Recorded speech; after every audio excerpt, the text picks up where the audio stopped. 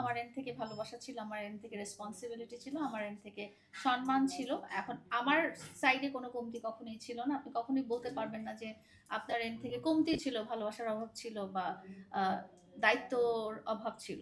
তো অন্য প্রান্ত থেকে যদি কেউ আমাকে কষ্ট দিয়ে থাকে সেটা তার ব্যক্তিগত। আমি মনে করি যে লাইফের এক একটা স্টেজ এক এক রকম হয়, ওটা আমার একরকম স্টেজ, ওটাকে আমার স্বাভাবিকভাবে নেওয়া উচিত। আমি ঘেমে পেয়ে গেছি।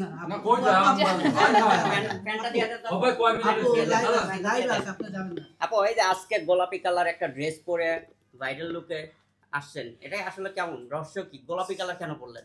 এটা হচ্ছে আমাদের যেহেতু আমি পার্লারের একটা কাজে এসেছি, এটা আমাদের পার্লারের যিনি ওনার আছেন উনি ভেবেছেন যে এই কালারটাই আমাকে খুব স্যুট করবে, সবচেয়ে বেশি ভালো লাগবে, সেজন্য এই কালার। আচ্ছা, অনেকের প্রশ্ন যে লায়লা আপু সহজ সরল বোকা, কথাটা কতটুকু সত্যি? কথাটা একদম সত্যি।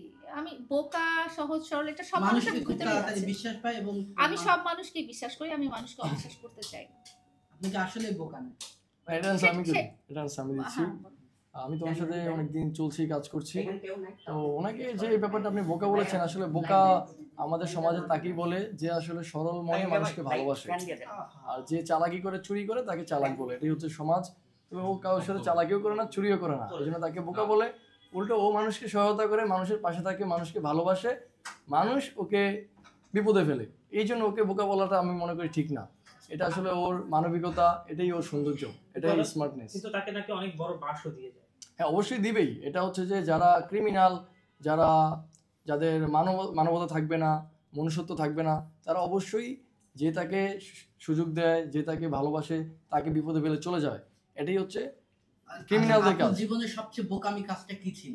আমার কাছে কোনো কাজটাই বোকামি না। আমি কোনো কিছু নিয়ে রিগ্রেট করি না। আমি যেটা করি আমি সরল বিশ্বাসে করি এবং মানুষের যাতে ক্ষতি না হয় এরকম। আমি যদি কোনো ক্ষতি করতাম, মানুষের হার্ম করতাম, তাহলে আমি ভেবে নিতাম যে। আমি জানতে চেয়েছি, যেহেতু পূর্বের কথা নাম নিতে চাচ্ছি না, আপনি বুঝতে পেরেছেন যে এই কাজটা করে কি আপনার জীবনের সবচেয়ে বোকামি ছিল? আমার এন্ড থেকে কখনোই বোকামি না। আমার এন্ড থেকে ভালোবাসা ছিল, আমার এন্ড থেকে রেসপন্সিবিলিটি ছিল, আমার এন্ড থেকে সম্মান ছিল। এখন আমার সাইডে কোনো কমতি কখনোই ছিল না। আপনি কখনোই বলতে পারবেন না যে আপনার এন্ড থেকে কমতি ছিল, ভালোবাসার অভাব ছিল বা দায়িত্বর অভাব ছিল। তো অন্য প্রান্ত থেকে যদি কেউ আমাকে কষ্ট দিয়ে থাকে সেটা তার ব্যক্তিগত। আপনি এই নামটা এখন শুনতেই পারেন না কেন? আমি নামটা মনেই করতে চাই না।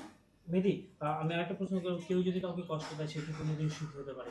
সুখী হতে পারবে কি না এটা সৃষ্টিকর্তা জানবে, আমি আসলে বলতে পারবো না। কারণ সুখী হতেও পারে, নাও পারে, সেটা সে যেভাবে সেট করে নেয় তার সিস্টেম, বা এটা আমি বলতে পারবো না, এটা সৃষ্টিকর্তা বলতে পারবে। মেহেদী, আরেকটা প্রশ্ন, অনেকে আছেন যে অনেকে প্রেম করেন যে আসলে ফায়দা লোটার জন্য, অনেকে গাড়ি বাড়ি, টাকা পয়সা, গাড়ি বাড়ি করার জন্য, আবার গাড়ি বাড়ি করার পরে চলে যায়। আপনি কি এটার সাথে সহমত? সহমত আসলে প্রশ্ন হচ্ছে না, মূলত আপনি বিশ্বাস করেন নাকি যে লায়লা আপুর সঙ্গে এরকমই করে মানুষ? সেটা ওনার সাথে এরকম করে? হ্যাঁ, মানুষ। আমি আসলে ওনার ওই ব্যাপারে আমি কখনো ফলো করি না। আমি শুধুমাত্র আমার কাজগুলো নিয়ে ওনার সাথে ব্যস্ত থাকি, কিন্তু আগের বা পরের ওনার লাইফে কি হয়েছে আমি এই ব্যাপারে জানি না। মানুষদের সুযোগ নেয় সেটা বিশ্বাস করেন না?